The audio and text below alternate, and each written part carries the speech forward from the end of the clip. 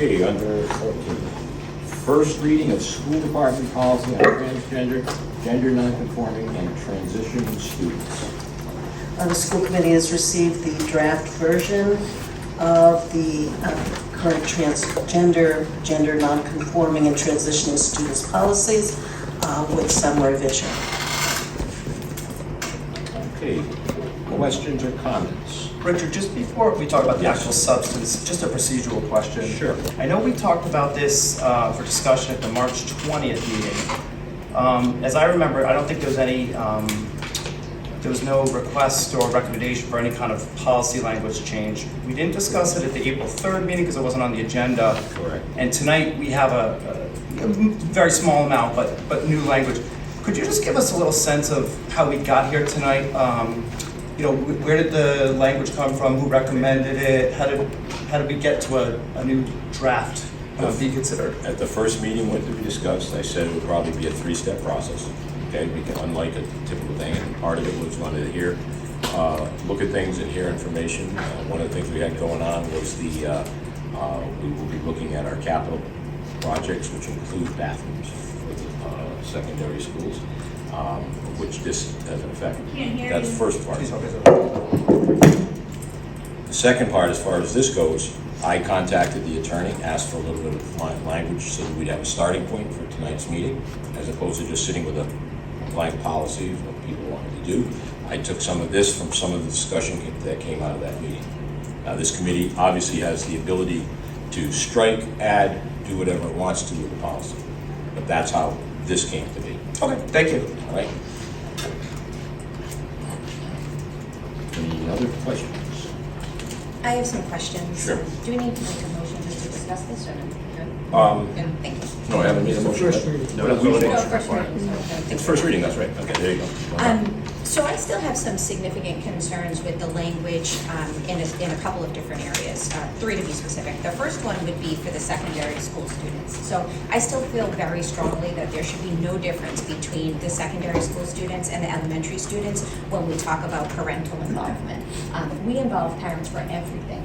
I can't give my son a Tylenol, it can't be in his pocket, you can't go on a field trip, you can't do anything, but yet we drastically change our approach, and I don't understand why we're doing that. All of these children are minors, and I'm really having a difficult time understanding why would we switch between K through 5, and that paragraph specifically highlights there. And then actually, I think the verbiage that was changed here specifically says that, Dr. Bartz, it would go back to you if anybody in the school administration thought maybe there was a circumstance that it would go to the superintendent for direction on how to proceed, which then puts you in a place of involvement where you're deciding if a parent should be notified of something or not. I just don't feel like the district should have that authority. I think as educational experts, we always want to partner with families. I think there's certain times, certain situations, that's why it does say on a case-by-case basis, where there may be, and it references this in the policy, it may be of danger to the student. So let me just also preface it by saying, before these types of decisions are made, there is a team meeting that would occur. So for instance, if there was a safety concern for the child of disclosing this to parents, certainly there would be many involved at the school, certainly the school administration, for instance, the guidance counselor, school psychologist, social worker, maybe some as well as a teacher, to determine if there was certainly a safety issue there. So why is that different for K through 5 versus 6 through 12? We separate it out into two pieces of the policy. I think in terms of the developmental level of students, and certainly as students get older in middle school and high school, they are starting to make more and more decisions in their identity. So looking at the transitions that young people go through as they age, and certainly by high school are able to make decisions that are important in their lives, much more so than, for instance, a K student. But I think certainly this allows there to be certainly flexibility. It does not negate in any case parental involvement. If it doesn't, then I would strongly encourage us to change the language so that it is the same that's held for K through 5 for all of them. Again, I don't I don't disagree with the fact that students in, the higher levels of education are able to make different decisions and whatnot, but we're clearly not making them make lots of other decisions and for valid reasons. And I would say that this falls under that same category and that this should never be addressed without parental. And if it is something that we truly are concerned about safety, then we should be contacting outside resources such as DCYF and whatnot. And certainly that may be the case in the result of that, but not in every case. But certainly that would be a particular situation if there was a risk of harm to a student that DCYF or another agency would be contacted. So I personally would, before I move on to my other points within the policy, would like to make a recommendation to switch that language so that the K through 5 language is continuous where parents are always involved. And I know that's just my personal request to have that in there. Thank you. Can I touch on that part? Sure. So secondary, I listened to everybody speak. We've gotten emails, everybody talk. I think everybody is under the same goal is making sure every child in Smithfield schools feels safe. And I think that's the main thing why everyone's here, regardless of what you believe, regardless of this whole policy, everybody wants everybody to feel safe. And I think my understanding as a parent, so secondary school students, I have a middle schooler, I have an two elementary school students. My student in 5th grade is 11 in June. When they go into September, they're still 11, but now rules have changed. And that seems strange to me, that now in September, they can make their own decision, but in June, as a parent, I have say. I don't feel that a school district should take away any parental right, and I feel like we don't have enough mental health resources now for parents to step back. If we step back as parents, this child, Monday through Friday, they're supported. They go home Saturday, Sunday, and the nights, they're not supported. Then what happens? What happens when they're home? I'm worrying about mental health. Mental health is a huge concern. If we don't have proper supports, if our district doesn't provide proper support for these students, it could be dramatic. It could be devastating. And I want every child to feel safe. When they walk in the door, everybody, regardless of race, religion, anything, should feel safe. But it could be a parent's cultural views that were taken away from them. Who are we to say family belief? That's like saying a family who celebrates Ramadan, their child can't eat, but now the teachers are stepping in and saying, we believe you should eat, but it's against your religion, so no. I have a problem with that secondary school students. If I could just jump in, again, I'm just looking directly at the wording here, so it does not in any way negate parental. In fact, it specifically states that the desire is for parents to be kept informed about their children. This is in the secondary portion of that. If the administration determines that notifying the family carries risks, it should work closely with the student and with the family will be involved in the process, considering age, health, well-being, and safety of the student. So in no way is there not a process for these decisions to be made. No, and one quick thing though, with all due respect, the 2 words you left out there are the most important. It says it should work closely with students to assess the degree to which, if any, the family will be involved. So that if any says right there that you're assessing the degree if they should be involved. And that right there is where it becomes problematic. I think it is problematic in some cases. Yep. Some cases for some parents or guardians. Sometimes there is no familiar guardian there to be involved. So that language does allow for some discretion at the superintendent's level. Do we have a process if students feel unsafe at home where they can go, or if, we have a right to recommend DCYF to come in, right? Do we have a process that students know that they can come to somebody? We do all of these surveys, who are they connected to, we review. Is there something that we could put out so students in this situation know, my parents can't know because I'm unsafe? Is there a way that we could tell students to support them more? Absolutely, and that does happen, and certainly it happens generally through the counseling department and/or the school administration. So those processes happen, that's where the assessment is occurring. So at no time is one administrator just saying, we're going to just make this decision, just with conferring with the student. It is a team process, as with any of the safety processes for assessment. Mr. Casey. Sure. So when this came up back on March 20th, I really spent the last 2-3 weeks really deep digging into this. It's a tough topic for sure.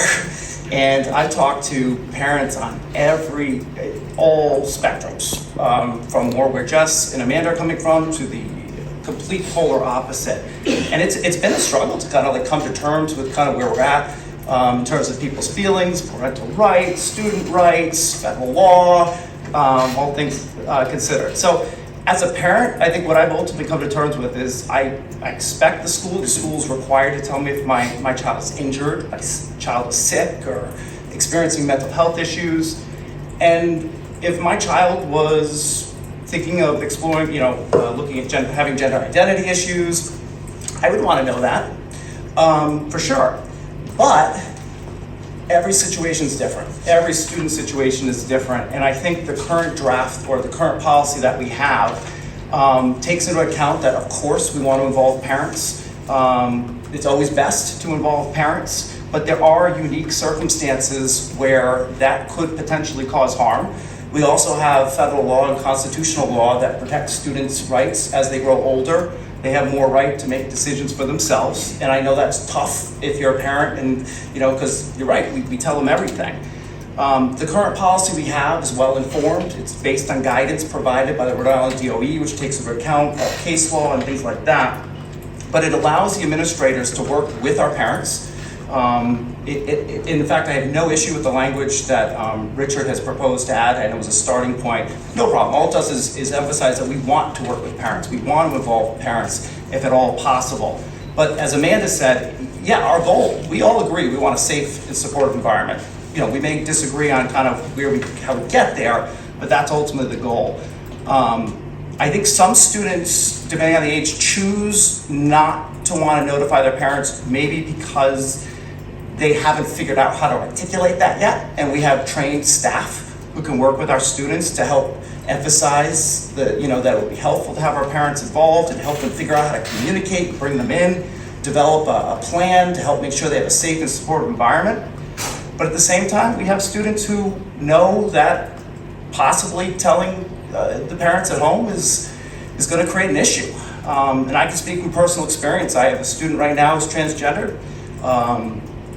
Parents are wonderfully supportive. We've met, we've developed a plan, we've tried to make things happen. I had a student last year who's transgender. He's transgendered at school.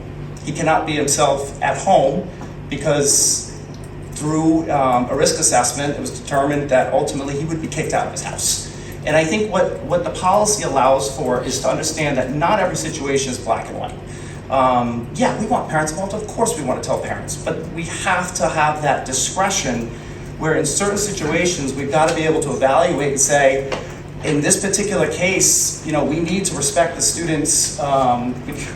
We need to respect the students' confidentiality and ensure that they have the safest, supportive environment.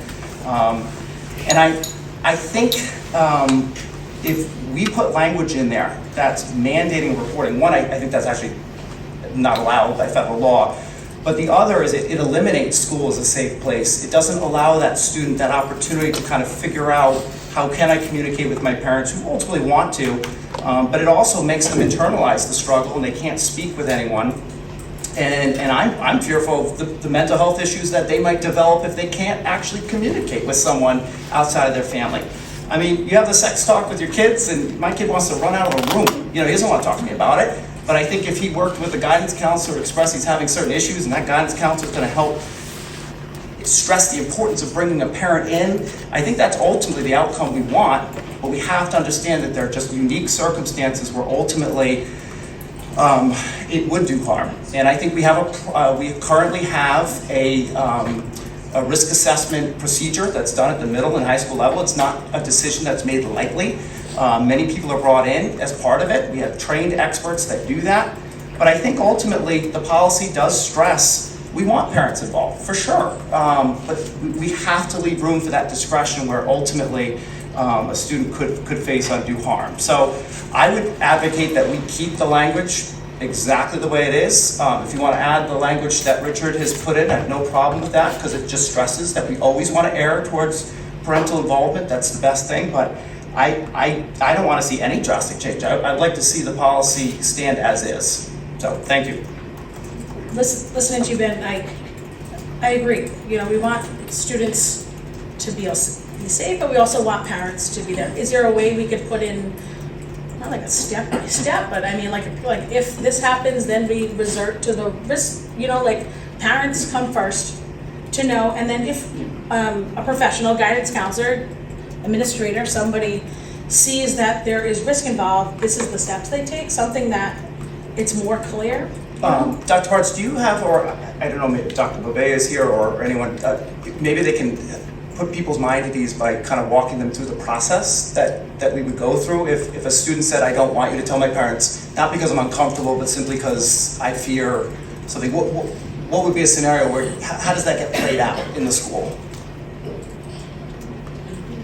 This is very similar process to what we might do in terms of risk assessment, threat assessment done for special education services, for MLL, for transgender. I'm going to ask Ms. Crudell to go through it because she's been generally involved in the schools with the risk assessments and safety procedures. So our school psychologists or school social workers are able to do risk assessments. They have a particular format that they use, which is a series of questions, and based on answers determines the level of risk. Students could report to any staff at the school, certified, not certified. Anybody that has concerns can go to a clinician and say, I'm concerned about this particular student, this is what I either overheard, I heard directly, and the clinicians would have a conversation with that student and run through that risk assessment. If there is risk of harming themselves, those things are shared, with parents, and then appropriate, recommendations for follow-up are given. So whether it be an outside agency, it might be an immediate trip to an emergency room, depending on the circumstances. But out of that questioning, determines that, level of risk.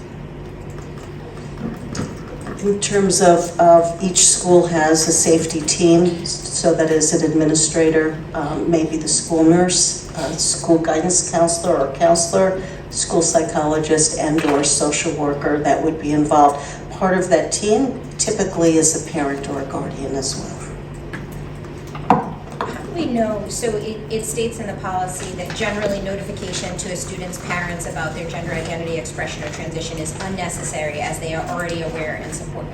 How would we know that if we don't communicate to them? I think we're erring on communicating with the parent, but only talking about those very, very rare instances where the student has expressed that his or her safety may be in jeopardy. And again, that would go back to the team to do an assessment. But that sounds like we're working with the student first to start a transition plan without confirming that a parent is aware. I don't know that it would be a transition plan, but the students would be where the communication may occur first. Sometimes it's a parent coming in and saying this, and working with the parent. But if a student goes up to an administrator or a social worker and says, here's the issue, certainly the support staff is going to listen to the student and then enact certainly the team approach. All right, sorry, I just have a question. So we talked about student going to teacher. Does the teacher have any professional development on how to support the student? Or are we providing the teachers with any material, anything? Yeah, so last year we had a focus out of our wellness committee on adolescent sexual health, and a big part of that was the needs of our LGBTQ plus population. And so there was extensive professional development, there were parent workshops, family workshops, workshops focused on suicide and some of the increased risk for students that are LGBTQ+. So they have had professional development on the needs of students, but certainly teachers refer to our support staff.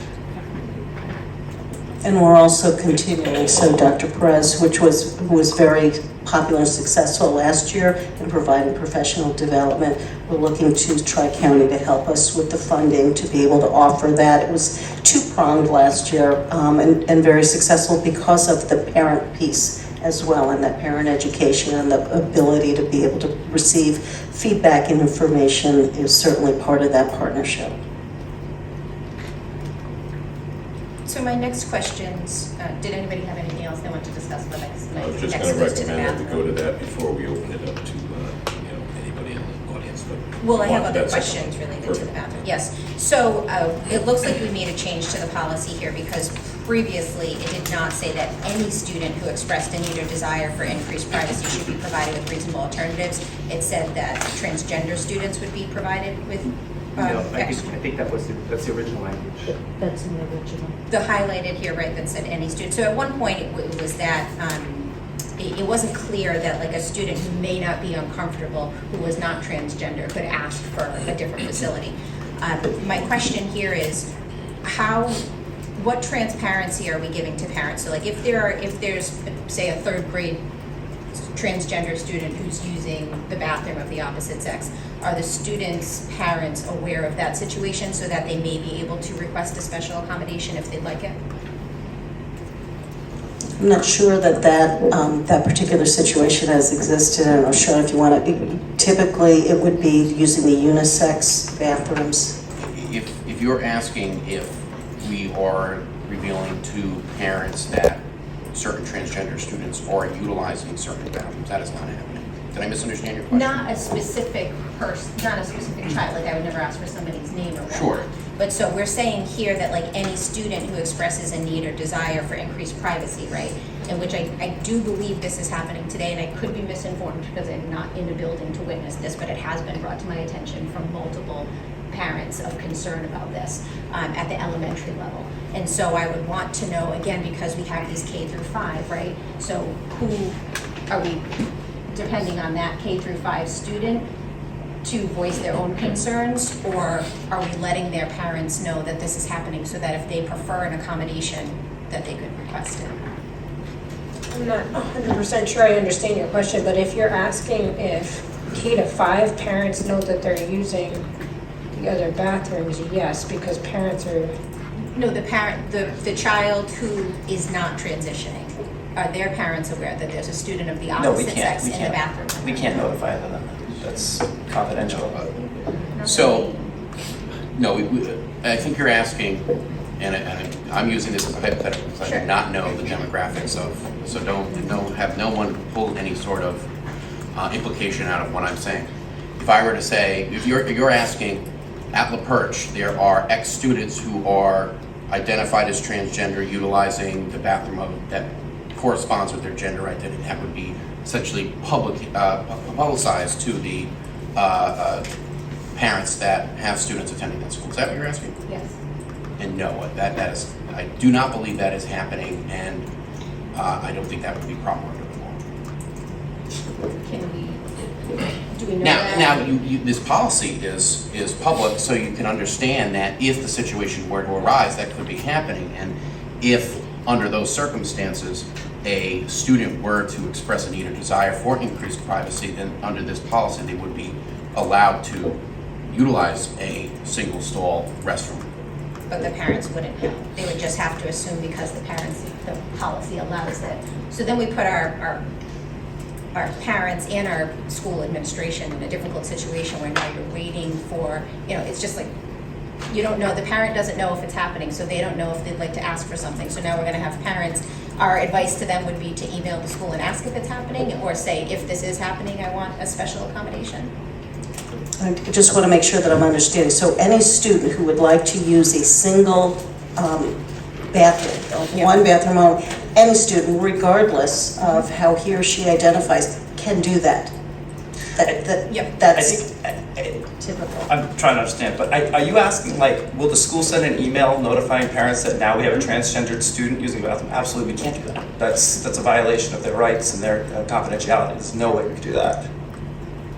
Sean, unless you I can would correct never me. want to put a name to But it. you can't, Right. you No. can't do that I either. just think You the understand the concern from what I'm saying as a parent. We just talked about how this K through 5, right, doesn't have that same cognitive ability or decision-making process as the older kids. Well, but now it'd be like saying not in we now have a fact. student who has a disease. We can't say the name, but whereas But this interferes in a private area of a bathroom, though. This gets drastically different. That's not. yeah, I'll refer to Sean. He can speak more to it. In terms of releasing that information, no. That would not happen. Because it's not Because allowed by the law. correct. There's federal privacy laws under education laws that just wouldn't allow us to do that.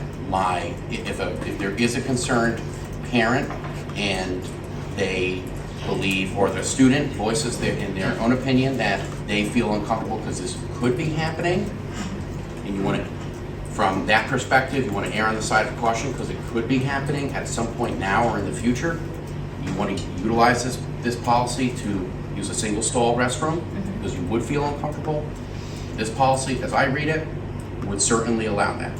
But this policy does not permit, nor would the law permit us to, we had a student last week identify as transgender, and we're releasing that information too. I mean, that just would cause a whole host of problems and be a violation of the law. So no. I think everybody's taken, maybe I'm wrong, but I think what she's saying is, parent, we have a student using bathroom X on the main corridor. That's transgender. That's all. And then Not allowed. No, I think. He understands. He's saying that's not allowed. So there's no way that a parent will know. End story. That's So that correct. is useless language, basically.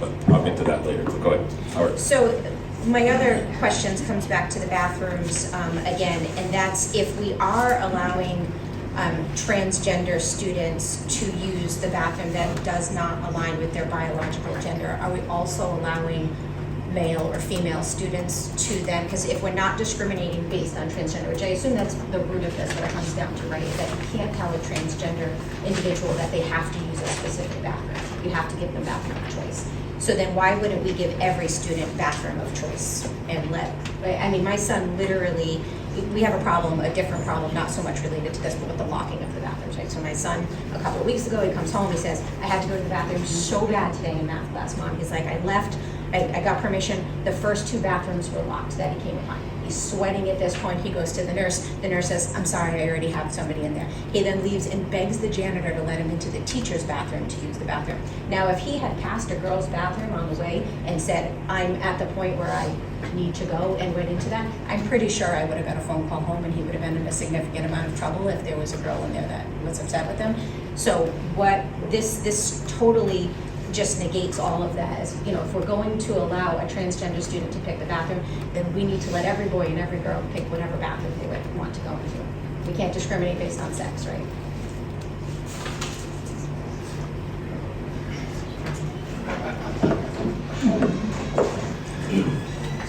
So, under the guidance from the Rhode Island Department of Ed and under federal case law, having gendered bathrooms, male and female, is permissible so long as those students who identify as whatever particular gender they identify as are allowed to go into the bathroom that corresponds with their gender identity. That is not the same as saying, well, let's see what the women's bathroom is like today. Not the same. If there's a situation where, as you described, a student is in an emergency situation, I think that, you know, something like that we would need to look at to determine how we resolve that issue. And, you know, not being able to access a particular bathroom is a problem. But in terms of just this policy is not intended to, and the law does not allow for students just to simply pick the bathroom of their choice. It is what corresponds with their gender identity. That is what the law requires, and that is to prevent discrimination based on sex or gender identity. I'm not going to disagree with how it's written in the law, but I disagree that that's what's appropriate for our students. And I understand that we may receive guidance from RIDE, but it is just that. And I understand we try to align closely with them, but when we were asked to, or when I was sworn in, I wasn't sworn in on an oath of how to, best adhere to RIDE guidance. I was sworn in on how to make sure that we're providing the best education and safety and what for our students. And so in its current format, just to be clear, I would not vote in favor of this policy as it's stated. Further questions from the school committee on these items before I open it up to the public? I think I have one thing, Sure. just looking at every child feeling safe. What happens if a non-transgender, non-transitioning student doesn't feel safe in the bathroom? What, do we have a policy for them to, I guess that could be kind of what They can yes? use a single bathroom. Oh, they can use a single, so that is stated in here. It's we are not allowed just to. for, it's for all students. Any student who feels the need, like I had a parent who emailed me saying that he felt his child was not safe in the bathroom if a transgender student was using it. Okay, he's entitled to his view, but I pointed him to that part of the policy and said, if you feel that way, you could exercise this part. Now, do we have the bathroom facilities to provide for every single kid? No, of course we don't. I don't know that we can provide for 5. If we did that's for 5 students to do that. We'll have to figure it out, But another thing too, it's adults going back and forth, right? Like, have we ever thought about giving it back to the students and having them fill out a survey of what makes them feel safe? I mean, this is essentially their school. Have we ever thought of putting it back on the students? Yes, and I think that's a great idea. I absolutely think that's a fantastic idea. I think the students should have voice, particularly at the secondary level on these policies. Committee set. We're going to open up public. Katie Roderick.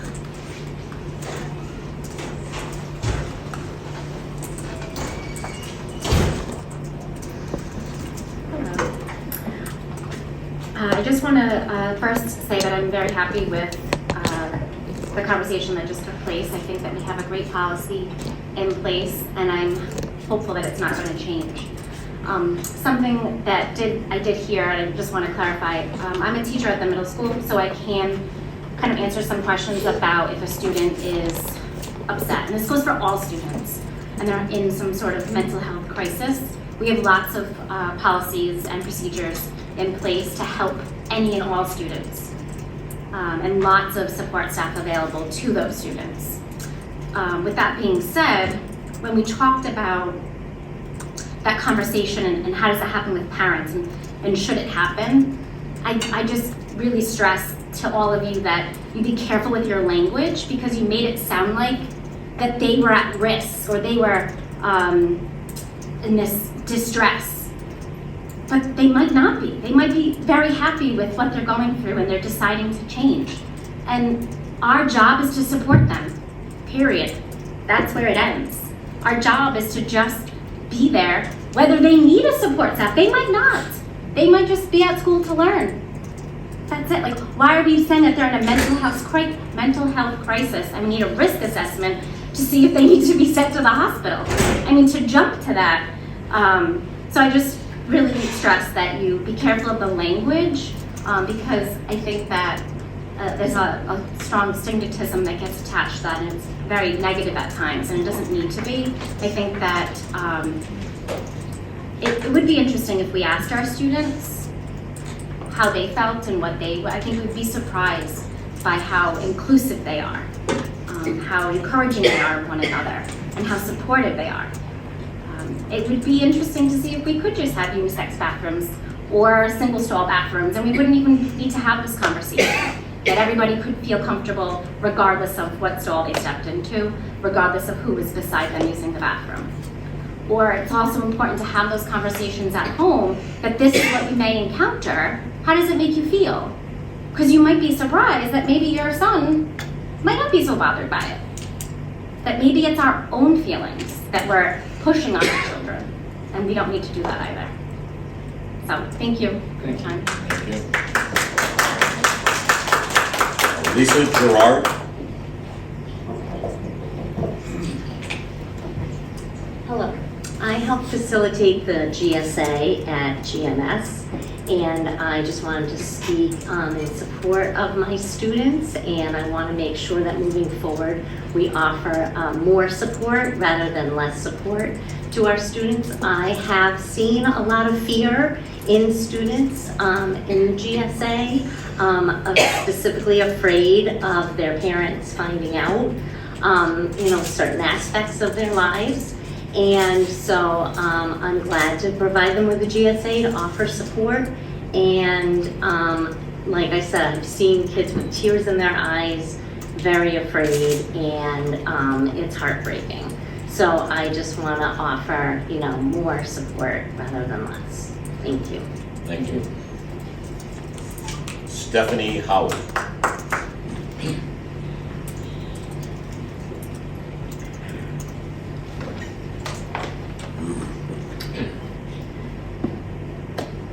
So Ben addressed some of my initial concerns, which is that there was none of this discussion really that came out of the school committee members last time, and all of a sudden we have a new draft and changes to our policy.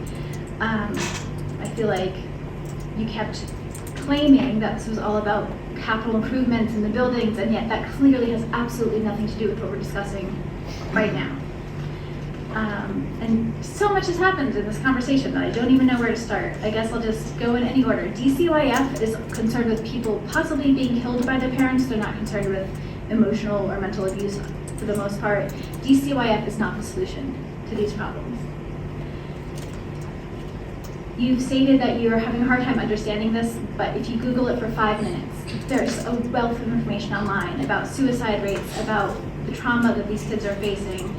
And 1 out of 3 on a good day is getting support at home. So if you're saying the needs of the parents are more important than the needs of the students, then you shouldn't be sitting in these chairs. The students need to be your top priority, not the voters. And I am so outraged that you're perpetuating this myth that transgender students are somehow a risk to the other students, or that people who are afraid of transgender students are somehow justifying their belief is absolutely nauseating to me. What if I told my kids, hey, you know what, don't use the bathroom if there's any Catholics in there because the whole priest scandal, or don't go in if there's any Boy Scouts because they've got all kinds of pedophilia scandals. Would you support me if I said, hey, Boy Scouts aren't allowed to use the bathroom, Catholics aren't allowed to use the bathroom? This is utter nonsense. Complete and utter nonsense. I can't even believe we need to have this discussion. I don't know what you think transgender kids are doing in the bathroom other than using it for its intended purpose. I certainly don't go into the bathroom and start kicking around all the stalls to see who's in there with me. I'm sure they don't either. Just knock it off. Thank you.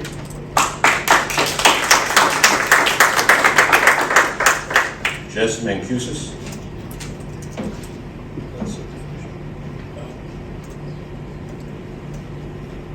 Sorry if I said your name wrong. That's okay, nobody gets it. That's okay. I think everyone else really articulated pretty much what I wanted to say. But just to reiterate, I'm beyond appalled at what I was hearing tonight as it relates to the complete opposite of creating a safe and supportive and inclusive environment for all kids. I would think that if you're holding a seat on this committee, that whatever it is that you would put forth would be research-based, data-based, vetted, done some statistical analysis, spoken with families that are directly impacted of these, particular groups of children, spoken with maybe the American Academy of Pediatrics, Youth Pride, I'm sure that there's several other reputable organizations. The language that was put forth by the Department of Education and by RIDE wasn't just pulled out of thin air. That, from what I understand, and again, I'm not a complete, expert or certainly, not a lawyer. I don't have that information. But I do know, based on what I've been trying to do to help educate myself even, is that it's vitally, critically important that these students feel supported and that they have a safe space for learning. And I would just encourage you, I know Ms. Fafford, I would commend the work that you've done with kids from the special needs community. It's different, obviously, but same rules apply. Educate yourself.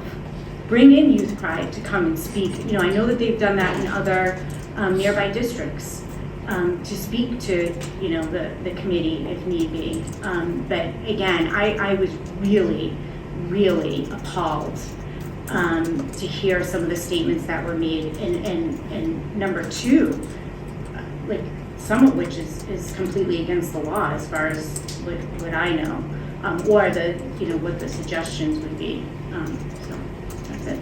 Thank you. Thank you. One quick comment on that before we move on to the next speaker. So I certainly have done my research and Googled plenty. And what a lot of the results show is that 80% of children, or 80% of people who transition under the age of 18 reverse transition in adulthood. So this is where a lot of my concerns come in about the age and where they're making these decisions and what the parental involvement is. I can't get away from the fact that we don't allow decisions to be made for anything else. And I'm not saying that it strictly says we don't, but that's where my concern comes in about this particular policy, is that we're involving the parents for all of that. The other thing, the questions that were made or the comments that were made earlier about mental health, I think the statement that was made right there is part of what gives it a negative connotation. Anybody who is born with one heart and identifies as somebody else, I'm not discrediting how they feel that they're identifying, anything like that, but anybody who's in that situation would be in a situation where they would benefit from mental health. I think probably anybody in this room would benefit from a mental health. Like, that's part of what we're saying, is take away that stigma behind mental health. Anybody benefits from it. So in no way, shape, or form are we saying that, or we say a transgender student would benefit from mental health, are we saying that it's because there's something specific that they need to be addressed with. Dorothy Chin.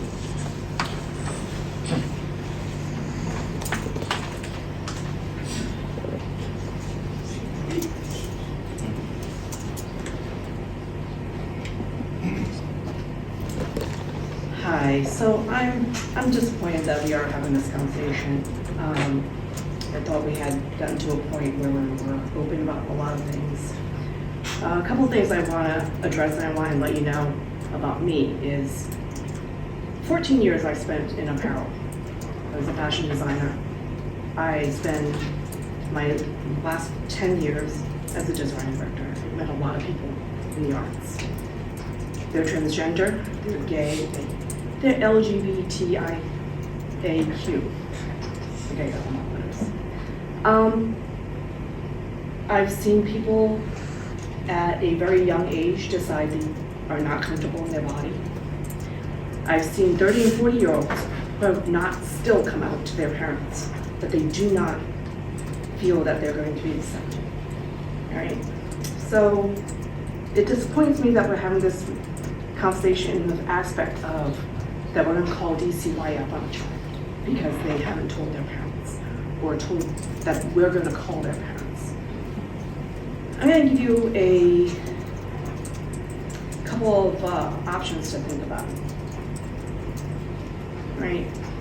Some kids just don't have that relationship, which we've covered.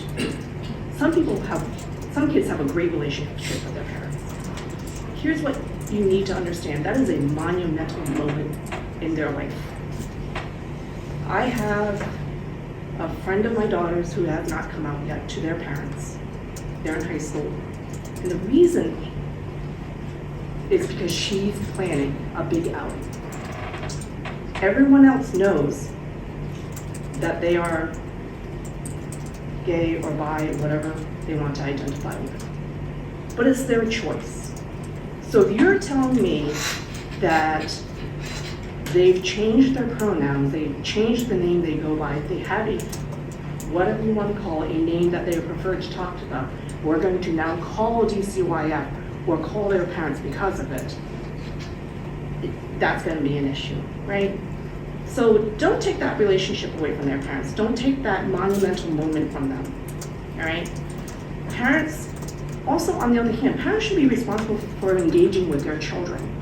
There's a statistic about whether that number is right or wrong. If they are doing a transition at that point in life under 18, their parents are fully involved. A transition does not happen overnight. A transition does not happen in a year. A transition takes multiple years to get to, so let's understand that as well.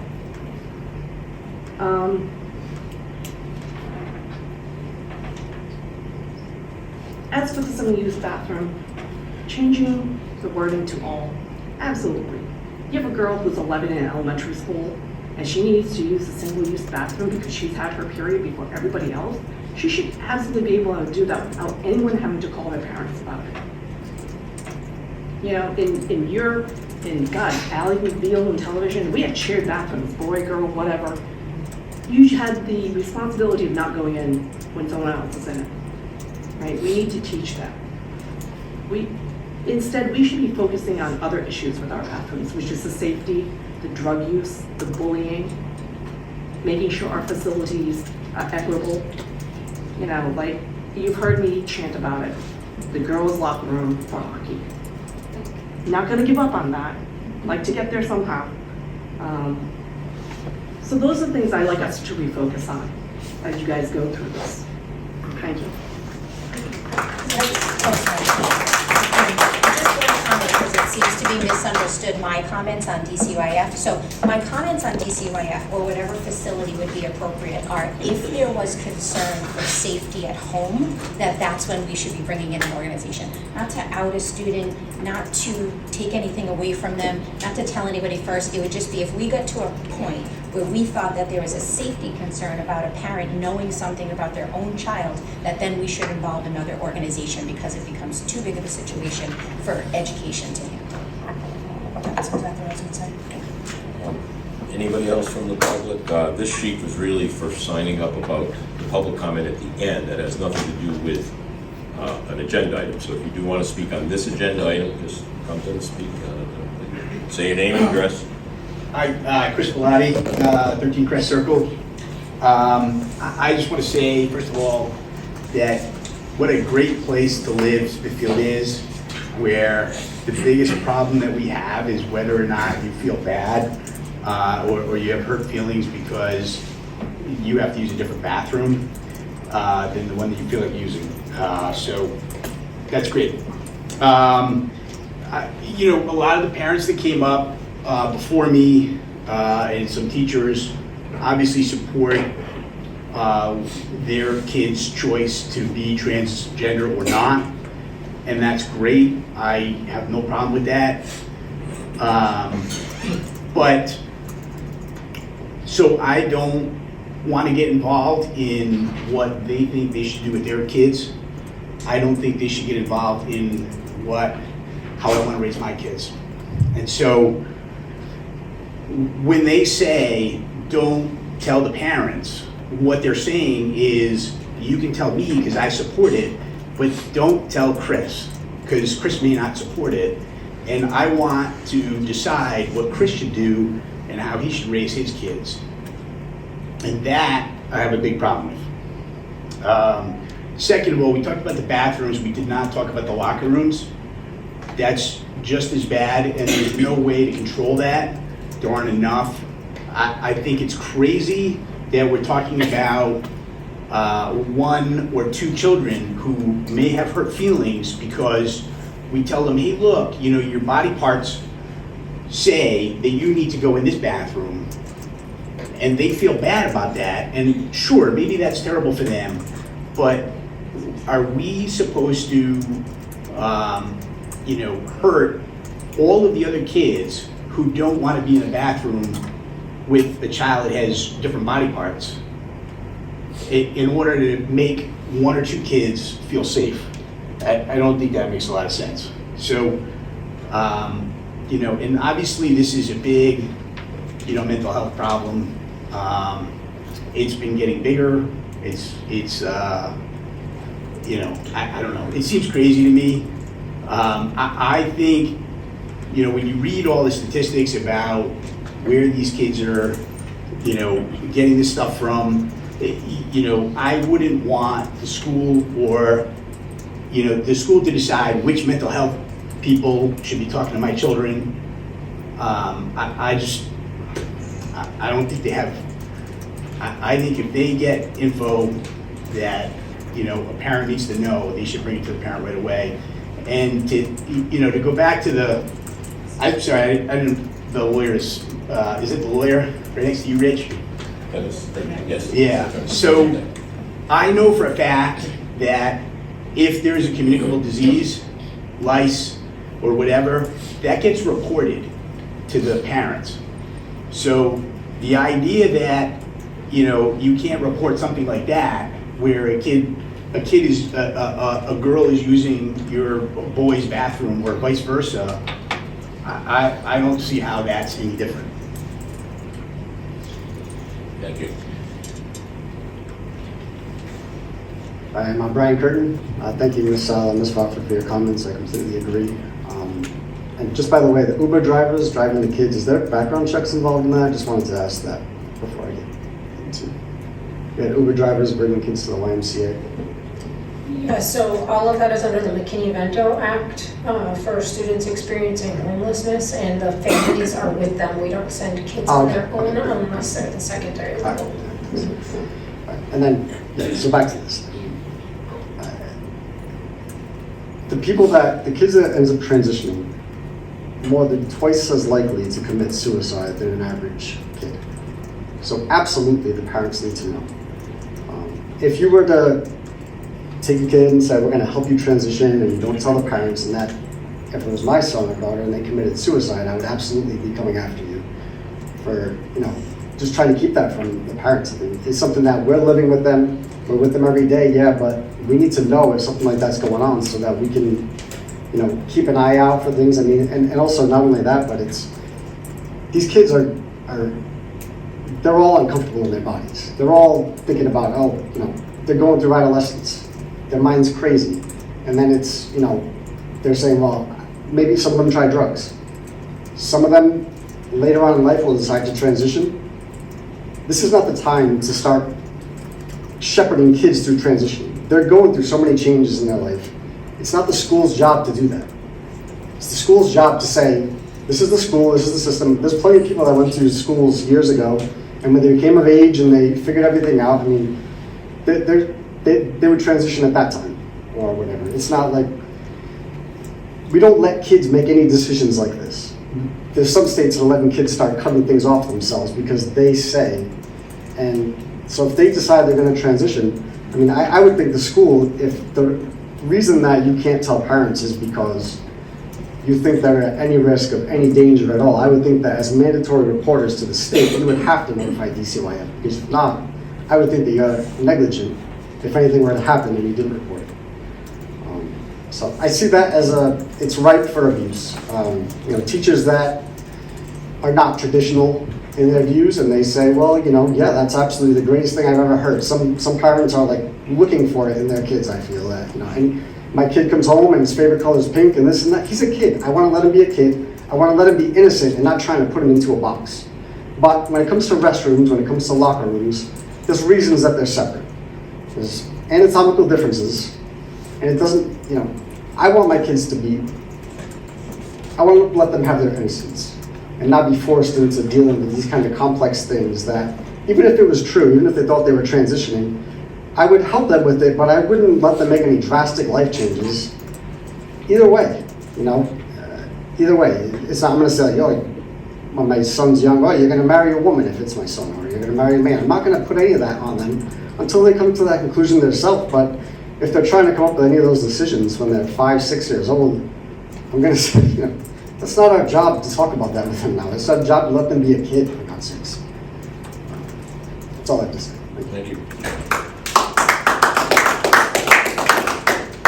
Hi, my name is Tana Marchetti. I'm a teacher at the middle school. I'm one of the GSA advisors there as well, and I am a parent to 2 small children in town. And I'd like to respond to a couple things that have been brought up. One is that as the schools, we are never, and I know one of the gentlemen said this, we're never encouraging the children not to tell their parents. We're not saying, oh, thank you for telling me this information. Don't go home and tell your dad.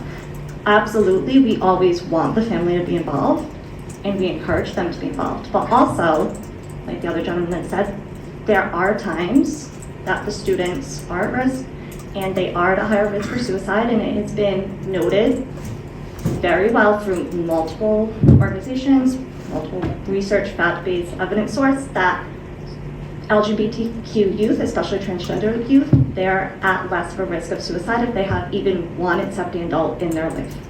Even if it's someone at school, if it's a teacher, if it's a guidance counselor, if it's a parent, if it's anyone that they know, and they might not be getting that from their family. So by saying that we're going to make it so they have to come out to their family, even if they know they won't be accepted, even if they know they won't be safe, it's going to make them not do it. They're not going to feel comfortable coming out to the school, and then they have no chance of having that supportive adult at all times. I only like talking about kids, not adults that much. I also just wanted to say that, we're not shepherding children into doing this. We are not saying, yes, this is the greatest thing that we've ever heard. We should all be encouraging this and we should all be doing it.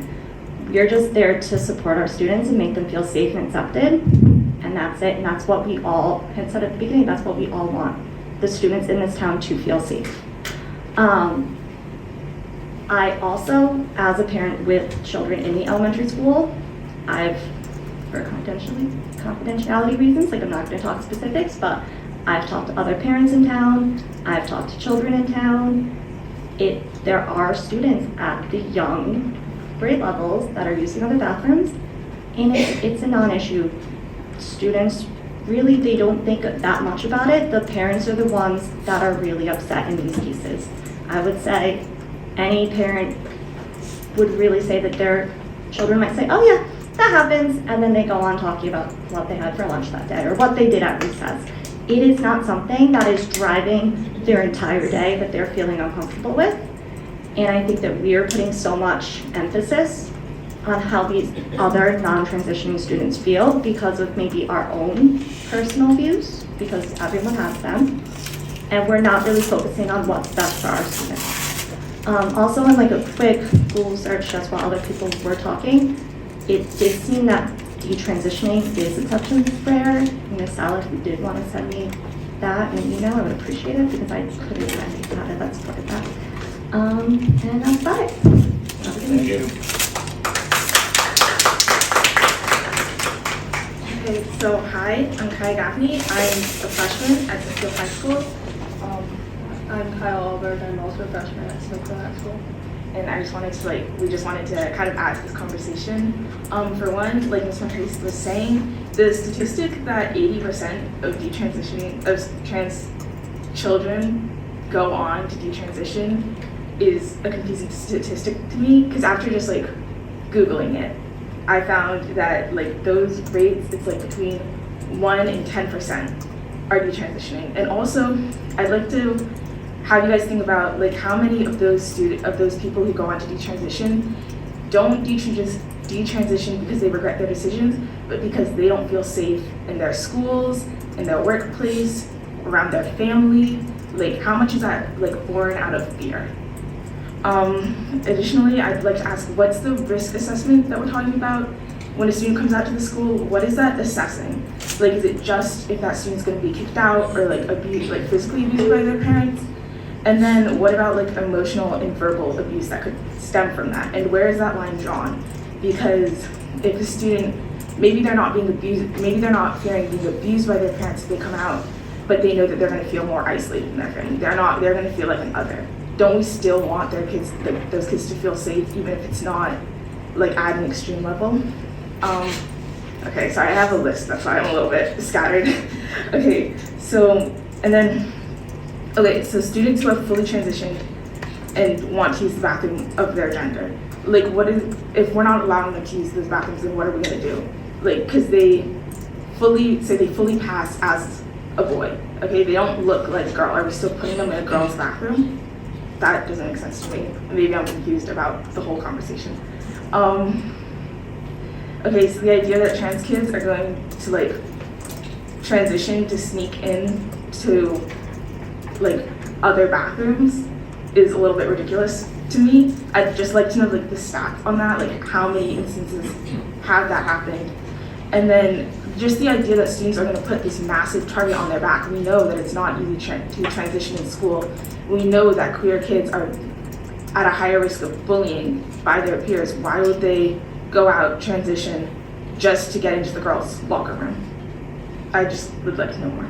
But just like all in all, I just want you guys to like think about the students, prioritize the students. I understand that obviously parents matter a lot, but I think at the end of the day, what's most important is that students feel safe. They feel safe in their schools. They feel safe going home, and they can look back in 10 years and say, I was supported by my school.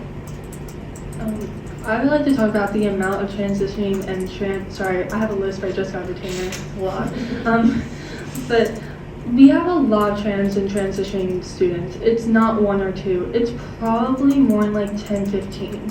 And I'm friends with a lot of them, and they're not comfortable with the bathrooms they have to go in because they have to go with the one with their sex, and they don't. And I think we're not understanding the definitions of sex and gender, because gender is just a societal construct, while sex is our body parts, our X and Y chromosomes. So it doesn't make sense why we're, I don't know what's the word, but just focusing so much on like what's inside of our bodies and not what we're comfortable with. Because a group of boys, they're not gonna get past the like supervisor outside of our bathrooms and go in the girls' bathroom, because the teachers are pretty good at like knowing when people are not serious. They're gonna know when a bunch of boys are walking in the girls' bathrooms and they're not actually transitioning. They're not very slick, I can promise you that. We're not really smart about that. And then we can make a gender-neutral bathroom. I mean, this gender-neutral bathroom can be used for families, just a family-friendly bathroom for when single parents are bringing their child of a different gender into the bathroom.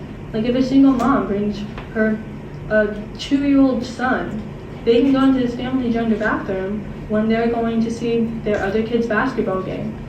So like they don't have to separate, and they don't have to get like worried like, oh no, my 2-year-old son's going to the bathroom alone. And like, so people don't give them weird looks when a boy's in a bathroom. Creepy. And yeah, I think that's it. Okay, thank you. Thank you.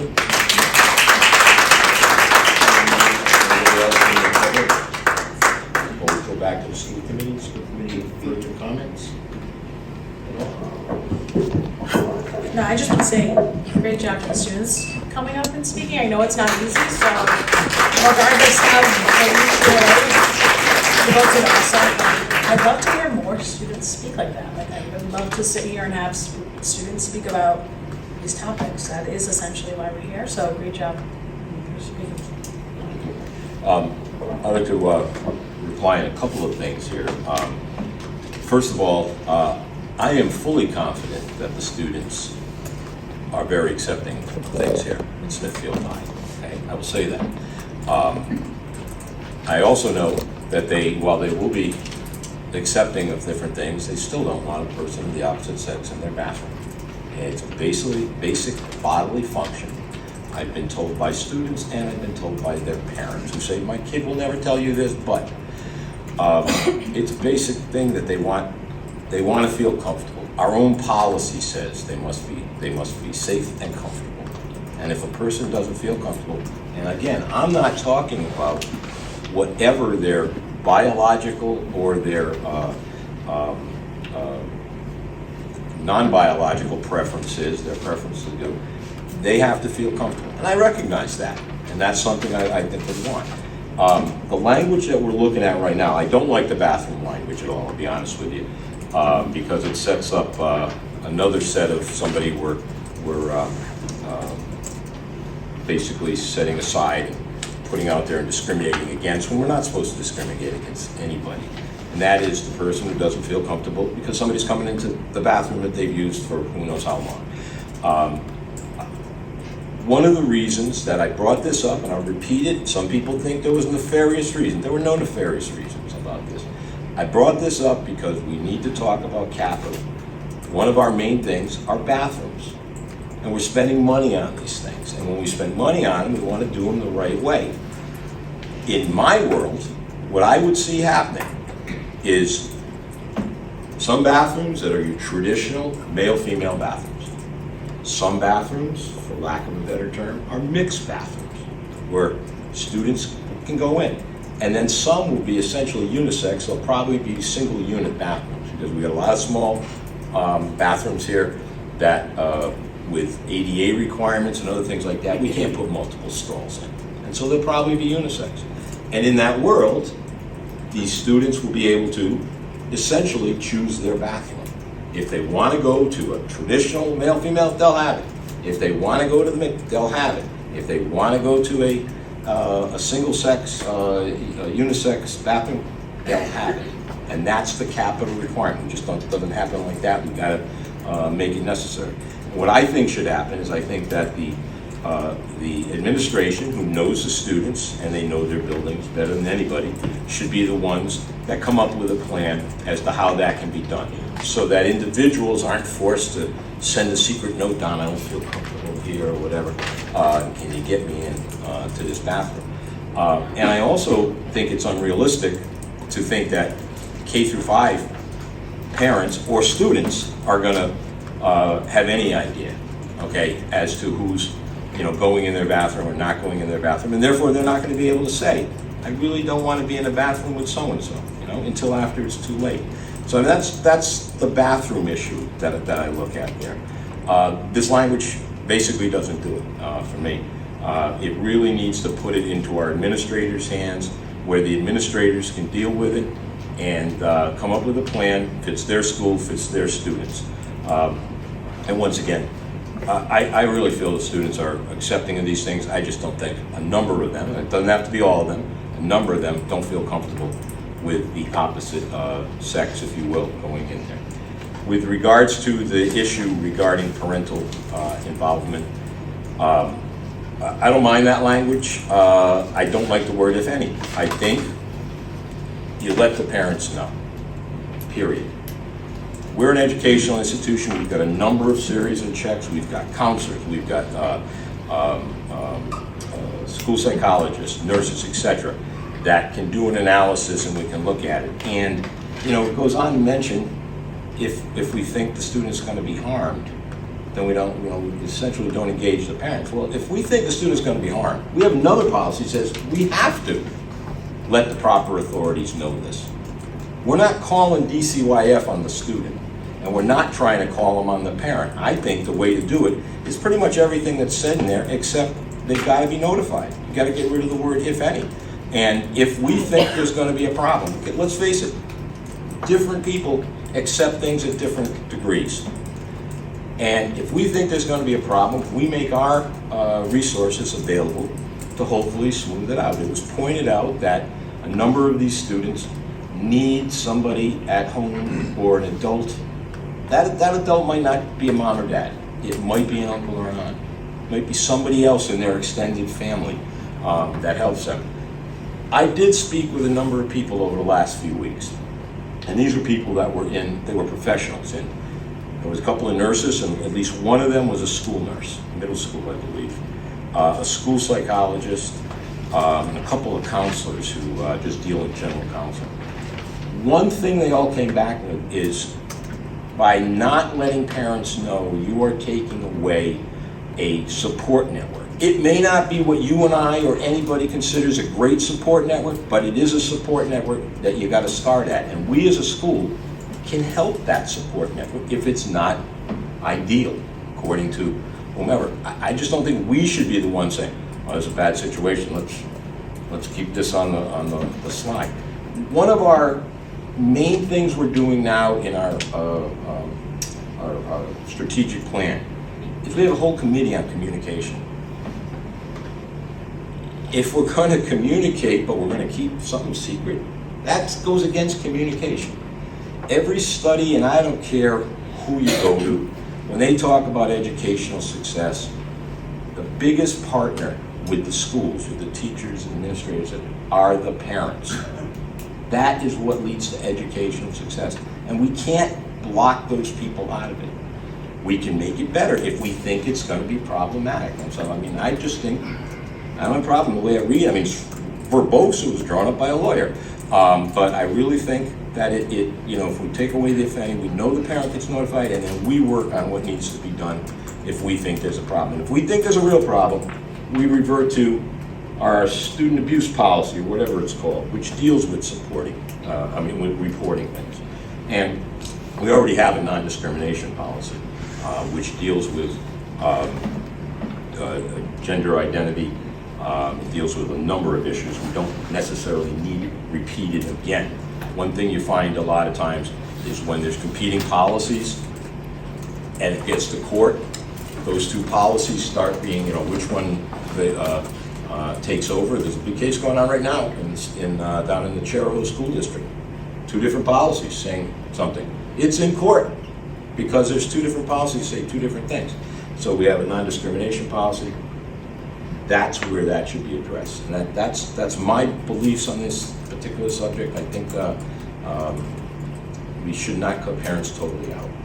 The last thing I have to say is I have a lot of respect for all the students. I'm not going to just get into a thing of LGBTQ, and I know they keep adding letters to it, so I'm not going to get into that. My concern is the A to Z students. We have to look at all of them. There's 750 or so students in the school, and we have to know that. At the middle school, I think there's 600 and something. I can't remember the exact number, but we have the middle school. We have to look at all of them. We can't just be looking at specific groups. So that's where I stand. Richard, can I yes.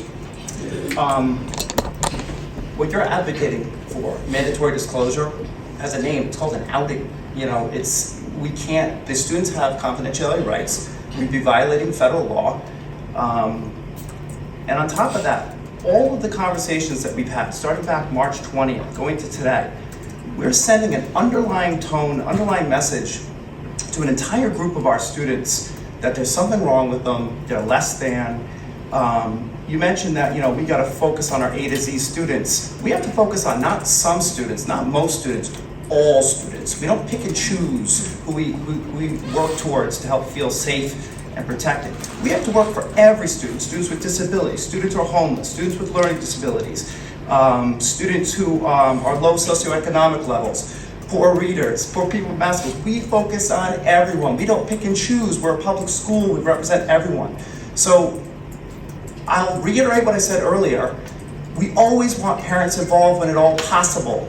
But in some circumstances, if there's a process, which there is, and we know that it's going to cause psychological, it's going to cause other types of harm, we have to have the discretion to go through a process and make that call. What you're advocating for is a mandatory outing, and we can't do that. So I would not be in favor of any type of change of language that would require that. So, thank you. Thank you.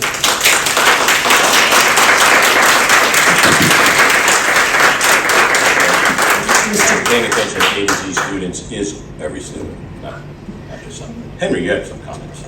So I've been trying to bite my tongue throughout this whole conversation, but I feel it's important for me to give the student perspective on this because I've heard many of you reference that you want to give students' perspectives. So first of all, I'd just like to say that I support leaving that if any language in that. I know that I'm not technically part of the committee, but as a student, I think that if you remove that language, if you say there are no caveats, you always have to tell parents, then you are going to tear the fabric that many students and teachers build. Many of those relationships that have been built, you're going to erode all the trust that many students have placed in a lot of teachers by saying that 100% of the time, if you come to me with a secret, a deep secret such as transitioning, such as being gay, I have to out you, and it doesn't matter what the repercussions you may face at home will be.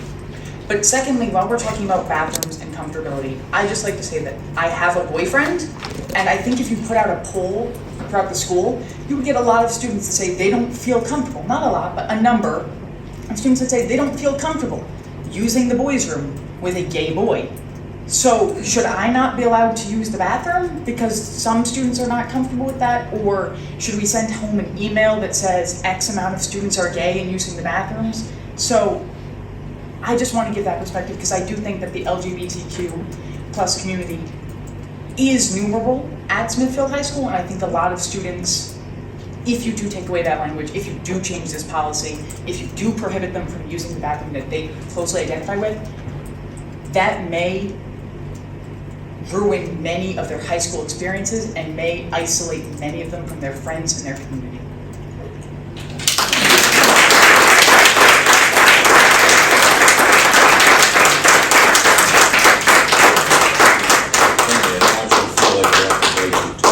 That's what the student representative's job is one of them is to give your opinions on things. So thank you very much. Further comments or questions? Yes. Thanks for talking. I appreciate it. I think as hearing different perspectives, I'm open to hear all perspectives because that's why we're sitting here. The if any language, I don't know if it really bothers me. It's just more of, can we just show, if not, then what the process of what's going to happen. Like I don't mind if any's there because I do want those students to feel supported that, you know, they can't tell their parents. And like Kevin said, there is that teacher that you just talked to. I've spoke about when we had that another policy that we assigned for the teachers, and I fought for a teacher to be kind of an advocate for a student that just feels it. So I don't know if any really does bother me, but I think we just need to put more, if not, what happens. You know, that would make me like, all right, if not, this is just more clear cut on where we're going with it. But no, thanks for talking. I appreciate it. Talk anytime. Okay, that was the first reading, so we will bring that back in a future meeting. We are moving on to item 15.